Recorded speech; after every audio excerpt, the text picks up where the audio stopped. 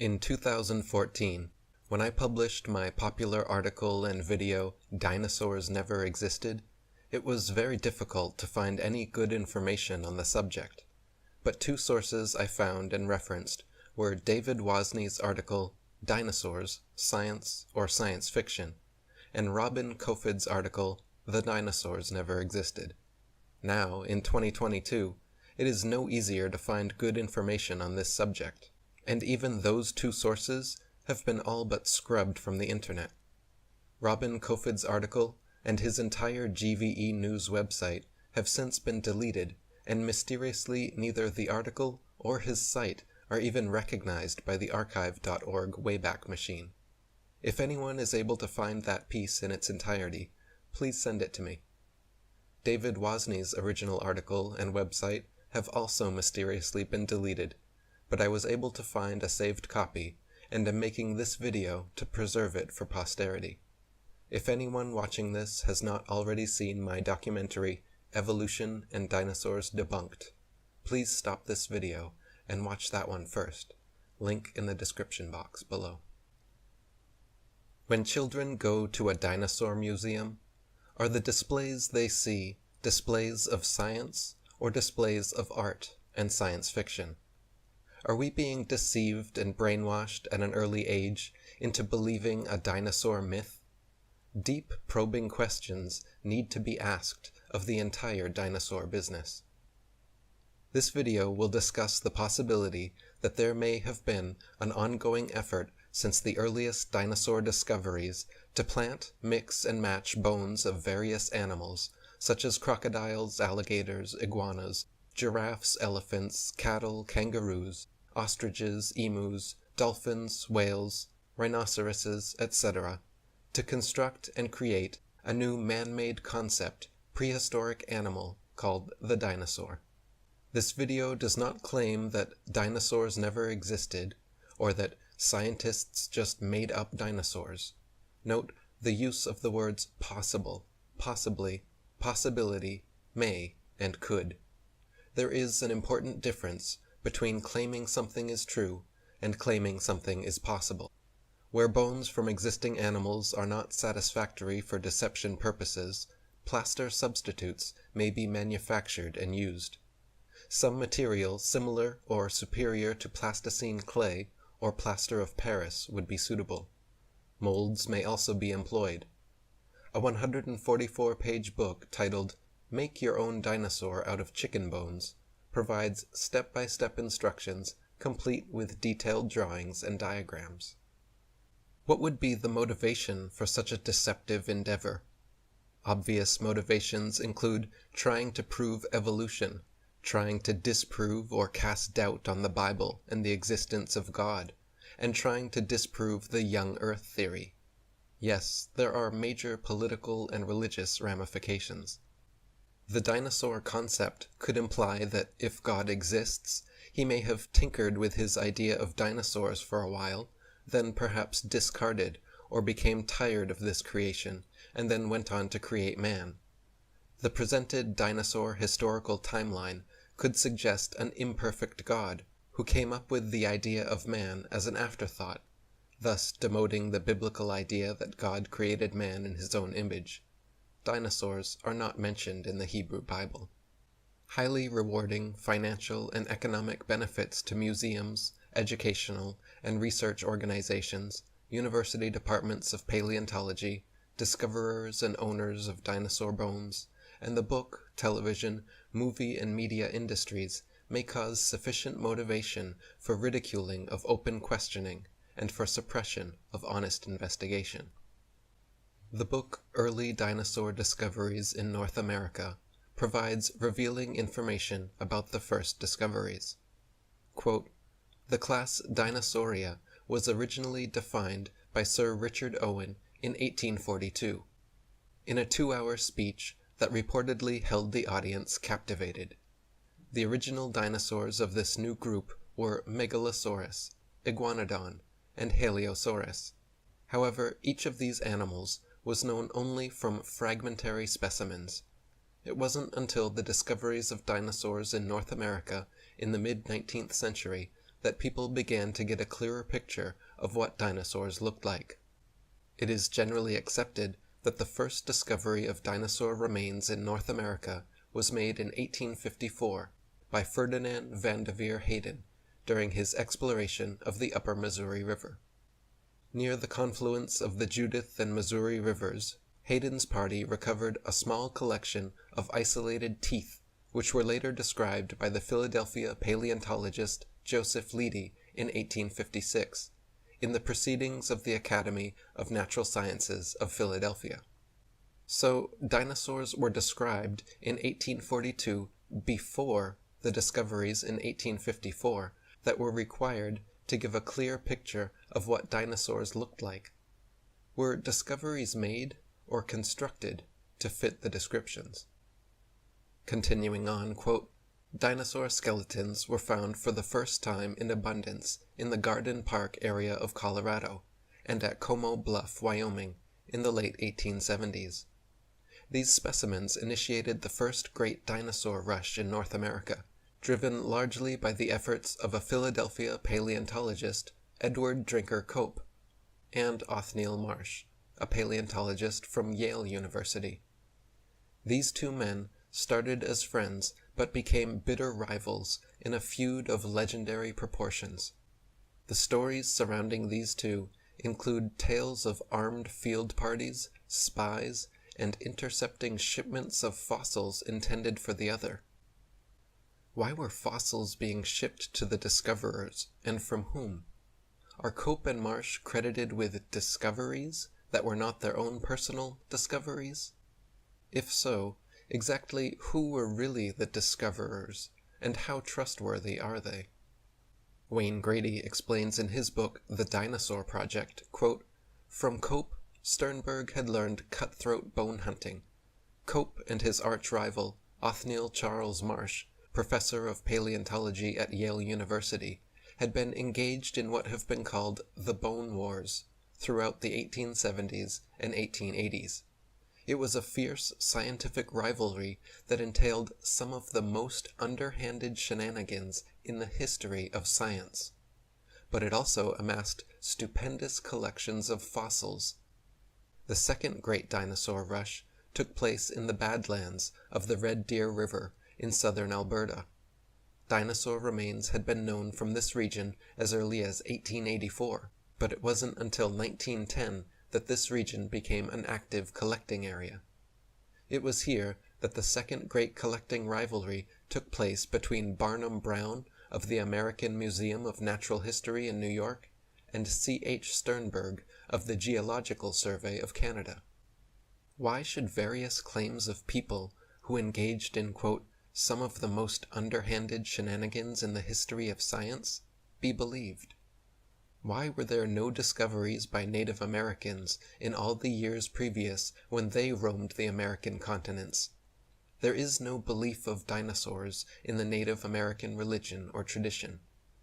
For that matter, why were there no discoveries prior to the 19th century in any part of the world? According to the World Book Encyclopedia, quote, before the 1800s, no one ever knew that dinosaurs ever existed. During the late 1800s and early 1900s, large deposits of dinosaur remains were discovered in western North America, Europe, Asia, and Africa. Dinosaur deposits also lie in Belgium, Mongolia, Tanzania, West Germany, and many other parts of the world.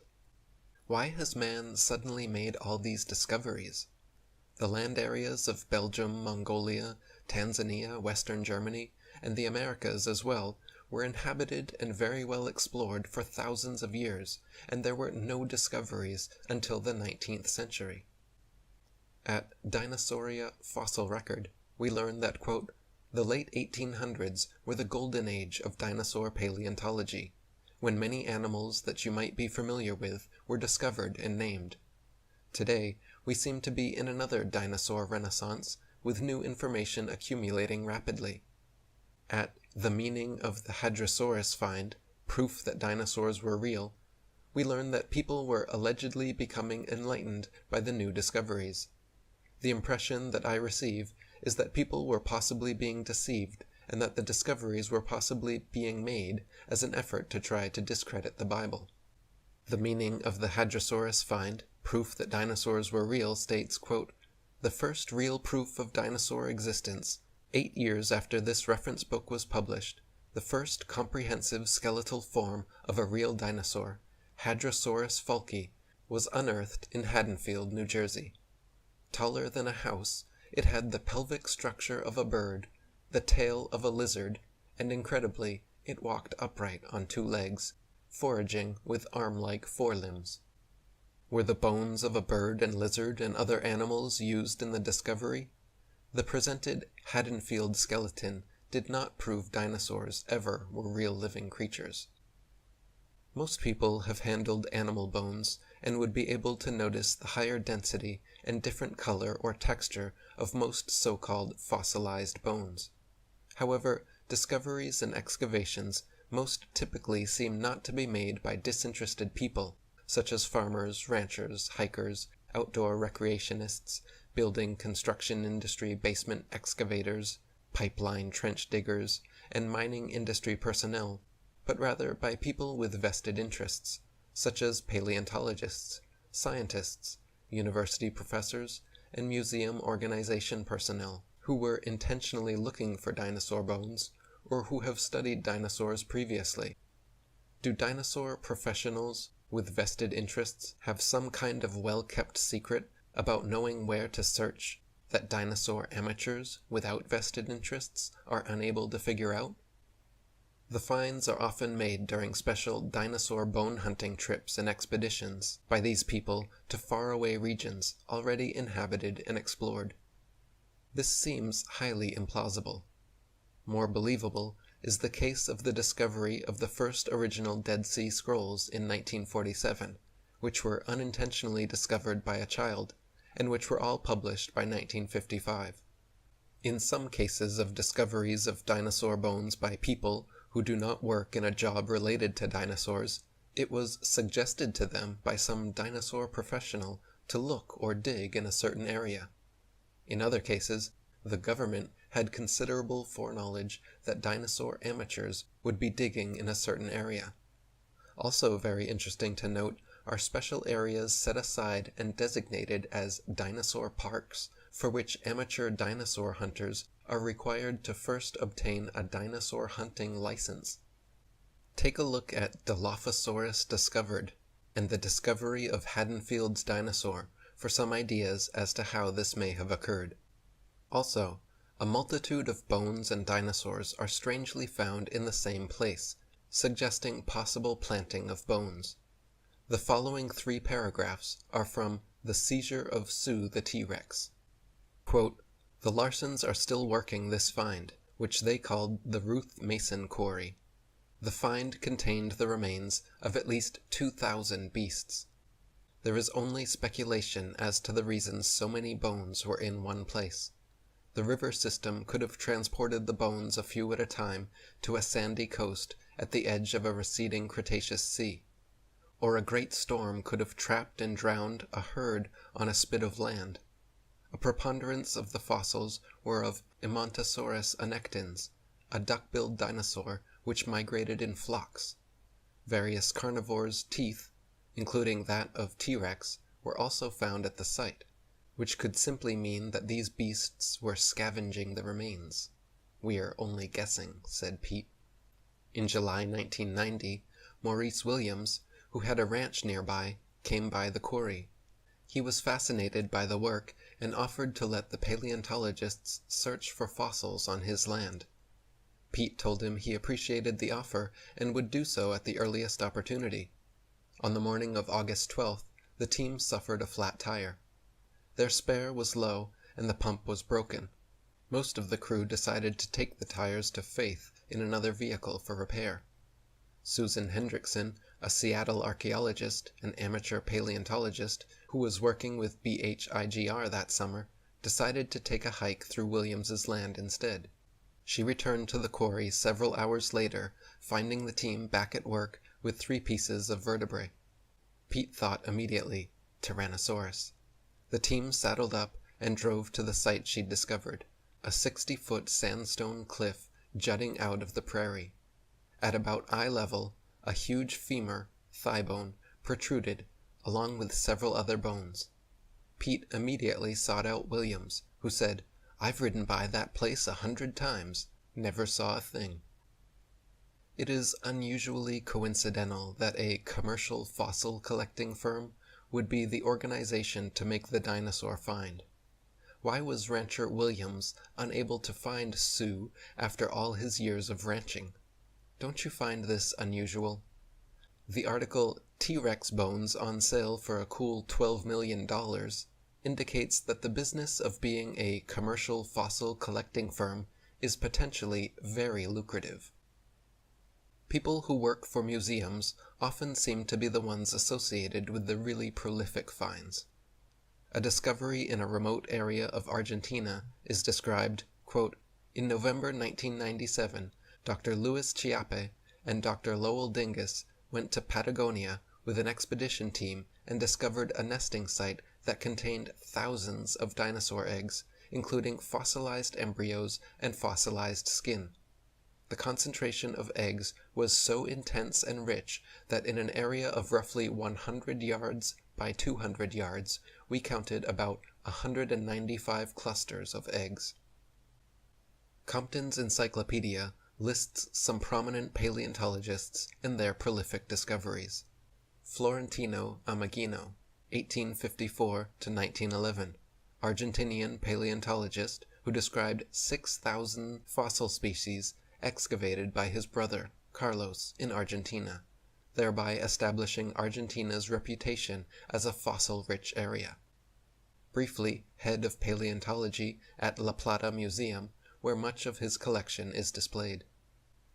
Earl Douglas, 1862 to 1931, United States dinosaur hunter who, in Utah, in 1909, found the fossil-rich beds now forming Dinosaur National Monument. Over his entire career, sent 350 tons of excavated dinosaur bones to the Carnegie Museum of Natural History, Pittsburgh. Finds of huge quantities of fossilized bones in one area, or by one or few people, goes against the laws of natural probability and suggests a possible concentrated planting effort. Floods, volcanic eruptions, and landslides scatter bones far and wide. Dinosaurs in herds or grouped together would not have all died at the same place unless there was some kind of extremely rare and unusual event, such as a sudden mass extinction. The number of dinosaurs that would have been in herds or grouped together at the time of some kind of sudden mass extinction event would have been very tiny relative to all the dinosaurs that are alleged to have ever lived. Dinosaurs, quote, "were the dominant terrestrial vertebrates for over 160 million years, according to Wikipedia, and the lifespans of individual dinosaurs are estimated to have been about 75 to 300 years, according to the book Walking with Dinosaurs. The number of dinosaur fossils extracted from the Cleveland Lloyd Dinosaur Quarry are listed in detail. More than 30 complete skeletons, 12,000 individual bones, and several dinosaur eggs have come from this prolific fossil bed. Over the years, bones have been taken from the quarry representing at least 70 different animals and 14 species. Cast and original skeletons assembled from these bones are on display in over 60 museums worldwide. About 147 million years ago, this area was a shallow freshwater lake with a muddy bottom. Plant-eating dinosaurs and the meat-eaters who preyed upon them occasionally became trapped in the mud. As the years passed, the skeletons of these animals accumulated until the site became a complex mix of bones. After the lake bottom dried up, it was covered with volcanic ash, and rivers and shallow seas deposited thick layers of sand and mud on top. Meanwhile, the bones fossilized. Millions of years later, water and wind eroded the layers to produce the topography seen today. The bones are now close enough to the surface to be recovered by scientific excavations. I have difficulty believing that so many clumsy dinosaurs became stuck in mud, and that circumstances are just so that all these bones are now on or near the surface of the earth. Why do we have so many dinosaur fossils, but few or none of the fossilized bones of many extant animals, such as the bison that roamed North America? Let's take a look at a description of how dinosaur bones are transported and prepared in the article Fossil Excavations, a Fossil Trail from Excavation to Exhibit. Quote, "We now commonly use strips of burlap soaked in plaster to jacket over our finds. After applying a tissue separator to keep the plaster from direct contact with the surface of the bone, the soaked burlap strips are laid onto our pedestaled fossil until they cover it in a half shell. The end result is a bone totally encased in a protective mummy-like field jacket and ready for safe transport. So preparers and transporters work with plaster all the time. Plaster lying around, therefore, does not draw questions or suspicion. Quote, through mold making and casting, we can totally fabricate limbs, ribs, vertebrae, etc. for the missing pieces of an articulated skeletal mount. Plaster, fiberglass, and epoxies are often and commonly used. In reconstruction work on single bones, small to large cracks can be filled in with mache or plaster mixed with dextrin, a starch that imparts an adhesive quality and extra hardness to regular molding plaster. We've also had success using epoxy putties. Large missing fragments can be sculpted directly in place with these same materials. Even fossils that are difficult, nigh near impossible to collect in the field are harder still to prepare in the lab. Specimens that take from a day to a week to remove from their beds of stone can require months or even years to clean, consolidate, repair, and reconstruct for study or display. This is an art and skill of the preparator, a term that appears to have first been used in North America. What exactly is taking months or years? Is the public being given altered versions of bones? What exactly is going on? Is this science or art and science fiction? Is the public being deceived? In The Changing Shape of Hadrosaurus folki, we learn of an iguana skull being substituted for the skull of a dinosaur on display. Was the public told at the time? What are we not being told today? The original reconstruction of Hadrosaurus folki featured a creature in a kangaroo stance, an animal that used its tail as a third leg. At the same time, while the excavated fossil was nearly complete, it lacked a skull. Because parts of its skeleton resembled those of an iguana, the skull of a modern iguana was used as a model for the skull created for the original display in 1868. That sculpted skull is currently still on display at the Academy of Natural Sciences in Philadelphia as a historical curiosity. In a museum reconstruction of some supposed past living creature, bones or fossilized bones from different types of creatures should never have to be knowingly mixed together in some public display of the reconstruction. Bones from modern animals should not be sculpted by someone and used in the museum reconstruction of some purported ancient creature. From elementary school curriculum, we learn that in elementary schools, they're teaching students how to make their own fossils and what paleontologists do. Do paleontologists make their own fossils too?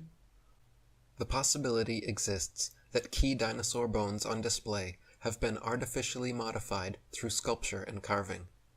Bone sculpture is not an unknown human activity. Many cultures participate in creating man-made objects out of existing bones, totally unrecognizable from the original shape. Is the dinosaur industry a customer of this sort of business? Is it possible that dinosaur skeleton replicas are secretly assembled or manufactured in private buildings out of public view, with bones artificially constructed or used from a number of different modern-day animals? Why bother having any authentic original fossils at all if alleged replicas can please the public? Many displays and drawings of dinosaurs appear to be an absurdity, showing a two-legged animal that would be totally off balance, with the weight of the head and abdomen much greater than the weight of the tail, which is supposed to act as a counterbalance. Is the dinosaur industry a case of science trying to meet public desires or expectations? The movie Jurassic Park is an example of showing dinosaurs much larger than any current displays in museums. After the movie came out, it is interesting to note that many articles were written asking, "Is this possible?" I recall a report of dinosaur DNA being discovered preserved in amber, which later turned out to be false. At a description of Mill Canyon Dinosaur Trail, we learn of dinosaur tracks being given credibility. Do you not find it rather difficult to believe that erosion and weathering would not destroy prints that are allegedly millions of years old? Archaeopteryx, the ever-popular transitional form, is no real fossil evidence for evolution. But Sir Fred Hoyle, the prominent British scientist, in his book Archaeopteryx, the Primordial Bird, A Case of Fossil Forgery, says that someone took a small fossil, put cement on it, and pressed a modern feather into the cement to create a forgery. The person then sold it to the British Museum for 36,000 gold marks, a hefty sum in 1861. The original living material and the material that is used to produce its fossil are often two different things, and thus the ages of both are different as well. Most alleged ancient fossils are found near the surface of Earth, and are dated by the age of the rocks near where they are found. If a modern-day animal was to die and its remains found in the same location, would it be dated the same age of the alleged ancient fossil? According to Margaret J. Helder, Ph.D., in her book Completing the Picture, a handbook on museums and interpretive centers dealing with fossils, quote, "Scientists used to be very impressed with the potential of radiometric for coming up with absolutely reliable ages of some kinds of rocks. They do not feel that way anymore. Having had to deal with numerous calculated dates which are too young or too old compared with what they expected, scientists now admit that the process has many more uncertainties than they ever would have supposed in the early years. The public knows almost nothing about uncertainties in the dating of rocks.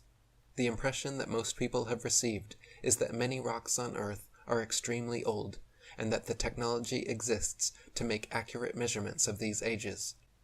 Scientists have become more and more aware, however, that the measurements which the machines make may tell us nothing about the actual age of the rock." Margaret J. Helder continues to explain, "Under what circumstances did whole organisms remain intact long enough to be fossilized? In most cases, it seems, these victims were rapidly buried in great loads of sediment, which quickly hardened into rock. Not only did these situations require catastrophic burial, but also the sediment involved had to be very fine-grained in order for such exquisite preservation of detail to come about. Geologists generally interpret silt beds as the result of fine particles settling gradually out of still water. If that had happened in these instances, the corpses would have decayed long before burial and lithification, turning to rock, could occur. The replacement process is supposed to involve calcium phosphate or calcium hydroxylapatite in skeletal material being replaced, atom by silica, calcite, pyrite, dolomite, etc., over a long period of time. This goes against the natural law of increasing disorder.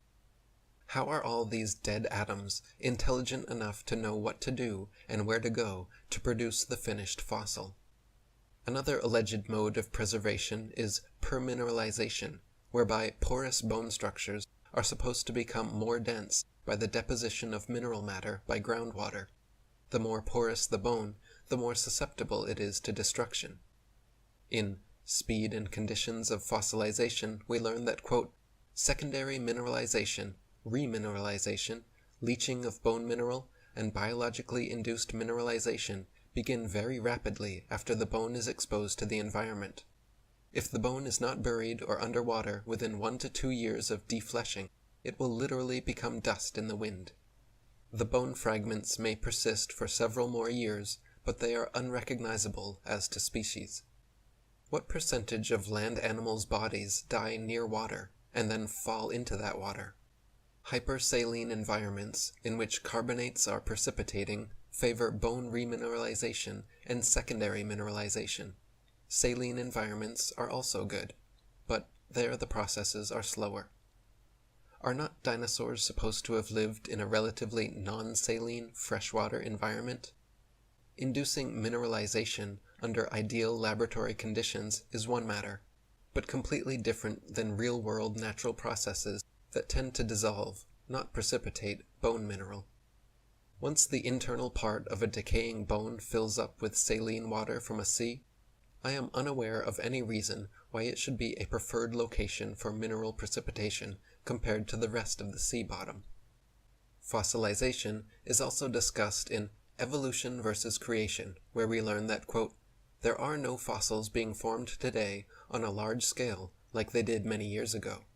When a fish dies, it doesn't sink to the bottom of the ocean and become a fossil. It merely decays and is eaten by other fish or animals. Even today, there is hardly a trace of the millions of buffalo that once existed, but were slaughtered all over the plains just a couple of generations ago. Some herds were big enough to cover a whole state. The book Dinosaurs and the Expanding Earth discovers the paradox between the dinosaur's size and lifestyle. Quote, the dinosaur's large size has presented paleontologists with an interesting paradox. Calculations of the structural dynamic stresses within the bones of the largest dinosaurs indicate that they were too large to move fast without injuring themselves. Contrary to this view is the fact that detailed biomechanical reconstructions indicate that they were agile, active creatures. Depending on the arguments used, a particular dinosaur can be reconstructed in two ways, slow and lumbering, or fast and agile, with both sides of the argument appearing equally valid. Dinosaurs and the Expanding Earth also discusses the structural dynamics of dinosaurs. Quote, one method of finding out more about dinosaurs is to study their structural dynamics. This method considers the loads and forces acting on the structure of their skeleton as they moved. The dinosaurs' structural dynamics indicates that the loads acting on their skeletons were much greater than that of present-day animals. In some cases, because of the dinosaurs' large size, calculations indicate that the bones of the largest dinosaurs were likely to buckle and crack under their own immense weight. These calculations were responsible for promoting the idea that the dinosaurs must have moved very slowly to prevent sudden shocks to their skeleton. This idea of slow-moving animals does not agree with the biomechanical analysis of dinosaurs, which indicate that the dinosaurs were agile, active creatures. This is the paradox between the dinosaur's size and lifestyle. There is a simpler solution to these paradoxes other than having to reduce Earth's gravity. Some people point to Job 40:17 as evidence that dinosaurs are mentioned in the Bible. They state that only dinosaurs could fit the description of having a tail like a cedar. He moveth his tail like a cedar. The sinews of his stones are wrapped together. However, Bible translations other than the King James Version clearly reveal that alternative understandings are possible for what this verse is actually stating. He doth bend his tail as a cedar. The sinews of his thighs are wrapped together. Job 40:17 could be stating that the behemoth bends his tail with the same ease and speed that he bends a cedar tree, such as would be required in clearing land. Indeed, this is consistent with his strength and force, Job 40:16, and suggests his usefulness as being a beast of burden for man. God made the behemoth with man, Job 40:15. His tail sways like a cedar, the sinews of his thighs are close-knit. He makes his tail stiff like a cedar, the sinews of his thighs are knit together. Alternatively, Job 40:17 could be stating that the tail of a behemoth sways in the same manner that a cedar tree sways, or that the behemoth makes his tail as stiff as a cedar tree. The behemoth could very well be the elephant. The elephant is a beast of burden for man in that it is used to move tree logs, such as cedar logs, with its trunk and tusks. The elephant can move these logs around like it moves its tail. In India and some other Asian countries, elephants are used in the logging industry. An elephant can move a log that weighs 600 pounds. It lifts smaller logs with its tusks and holds them with its trunk. An elephant can knock down a tree 30 feet high that has a diameter of 2 feet. Elephants eat grass, shrubs, leaves, roots, bark, and branches. Wild elephants drink up to 40 gallons of water daily. The Matthew Henry commentary on Job 40 concurs with the idea of the behemoth being the elephant. Since other logical explanations are available for what the behemoth is, other than the dinosaur, there is no requirement for Christians to consider the behemoth of Job 40 to be the dinosaur, or to even believe in dinosaurs. Petroleum is often referred to as fossil energy. However, Thomas Gold has claimed that hydrocarbons are found in many locations where a biogenic origin is improbable or impossible, such as in the Earth at great depths below any biological debris, and on asteroids, comets, the planets Jupiter, Saturn, Uranus, Neptune, Pluto, and their various moons such as Titan and Triton. Meteorites have been found containing coal, and polycyclic aromatic hydrocarbons, PAHs, are found in coal and petroleum.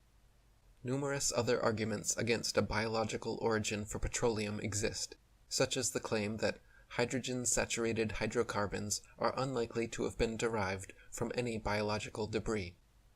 A theory exists that petroleum is not a fossil fuel with a surface origin. Therefore, one could believe that the alleged past existence of dinosaurs, or the alleged past existence of any other ancient living material, is not necessary to explain the origin of petroleum. Dinosaur bones sell for a lot of money at auctions. It is a profitable business.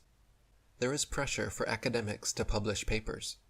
Museums are in the business of producing displays that are popular and appealing. Movie producers and the media need to produce material to sell to stay in business. The mainstream media loves to hype alleged dinosaur finds. Much is to be gained by converting a bland non-dinosaur discovery of a bone of modern origin into an impressive dinosaur find, and letting artists' interpretations and imaginations take the spotlight, rather than the basic, boring, real find.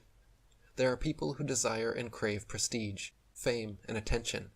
There is the bandwagon effect and crowd behavior. And then there are people and entities pursuing political and religious agendas. During the 19th century, a new worldview of evolution was being pursued by then influential people such as Darwin and Marx. During this era of thought, the first dinosaur discoveries were made. Were these discoveries made to try to make up for inadequacies in the fossil record for the theory of evolution? A history of evolutionary thought lists some of the influential people setting the stage for the evolution way of thinking. Preludes to Evolution, Jean-Baptiste Lamarck, 1744 to 1829, Thomas Malthus, 1766 to 1834, George Cuvier, 1769 to 1832, William Smith, 1769 to 1839, Etienne Geoffroy Saint Hilaire, 1772 to 1844, Adam Sedgwick, 1785 to 1873, Patrick Matthew, 1790 to 1874, Mary Anning, 1799 to 1847, Sir Richard Owen, 1804 to 1892, and Louis Agassiz, 1807 to 1873. Natural selection. Alfred Russel Wallace, 1823 to 1913, Thomas Henry Huxley, 1824 to 1895, Ernest Haeckel, 1834 to 1919, Edward Drinker Cope, 1840 to 1879, and Henry Fairfield Osborn, 1857 to 1935. The pro-evolutionary bias is evident with this organization promoting dinosaur discoveries. The majority of governments in the world today operate on some basis of government that uses a political philosophy other than that found in Romans 13:1, Colossians 1:16 and 17, and 1 Timothy 1:17. As one example, the quote, "Government of the United States of America" is not in any sense founded on the Christian religion. According to Article 11 of the Treaty of Peace and Friendship, signed at Tripoli on November 4, 1796, and passed by the United States Congress, Article 6, Clause 2 of the USA Constitution states, "This Constitution and the laws of the United States, which shall be made in pursuance thereof, and all treaties made, or which shall be made, under the authority of the United States, shall be the supreme law of the land." State funding of organizations that promote the dinosaur concept could be considered strategic psychological warfare against a state that uses a Christian doctrinal basis for government, since the Christian Bible comes complete with the account of God's creation in the book of Genesis and the genealogy of Jesus. State-funded organizations claim that dinosaurs went extinct some 64 to 66 million years ago, while Christians claim that the Bible says the world is about 6,000 years old.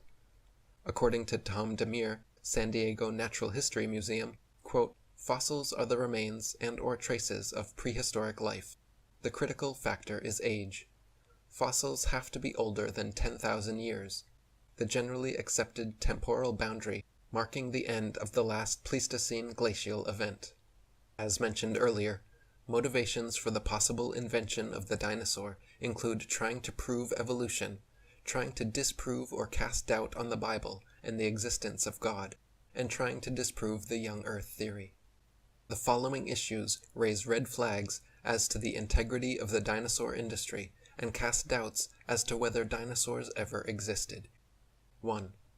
Dinosaur fossilized bone discoveries having occurred only within the last 2 centuries and in huge, unusual, concentrated quantities going against the laws of nature and probability.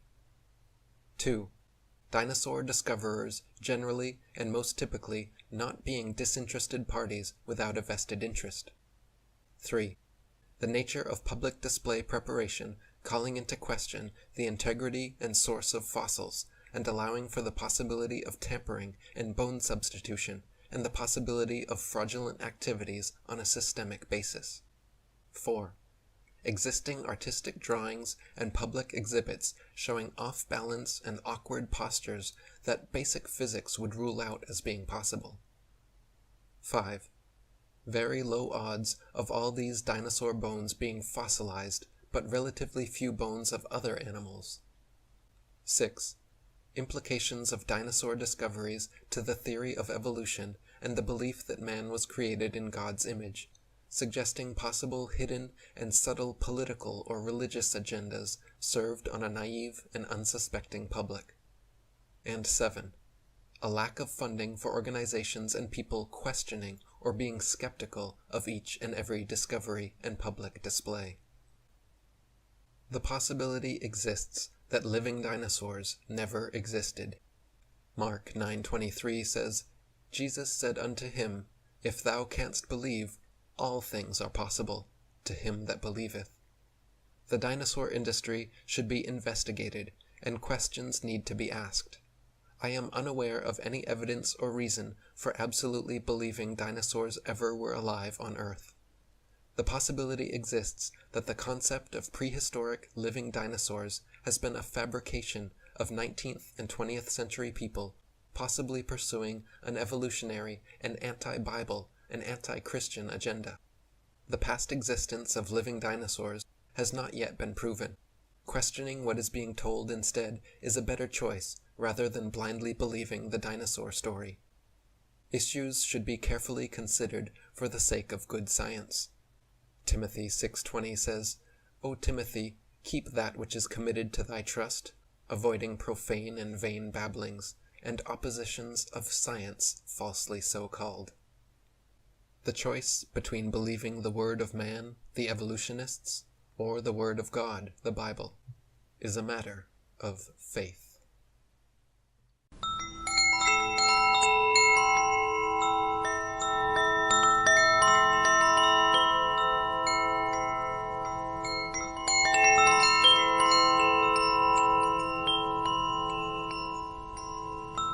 Are you tired of all the pills in your medicine cabinet? I'm Linda Bamber Olson, the creator of the Wave Watch, a more natural approach with 1,000 frequencies for mind and body. People have used the Wave Watch for kidney stones, arteries, blood, immune system, vagus nerve, myocarditis, allergies, colds and flu, ADD and ADHD, strokes, Parkinson's, carpal tunnel, thyroid, Lyme disease, and so much more. WaveWatch has a 1-year manufacturer's warranty for defects and flaws, and you can also upgrade to an additional warranty for water damage and breakage. Are you tired of all your pills and endless trips to the pharmacy?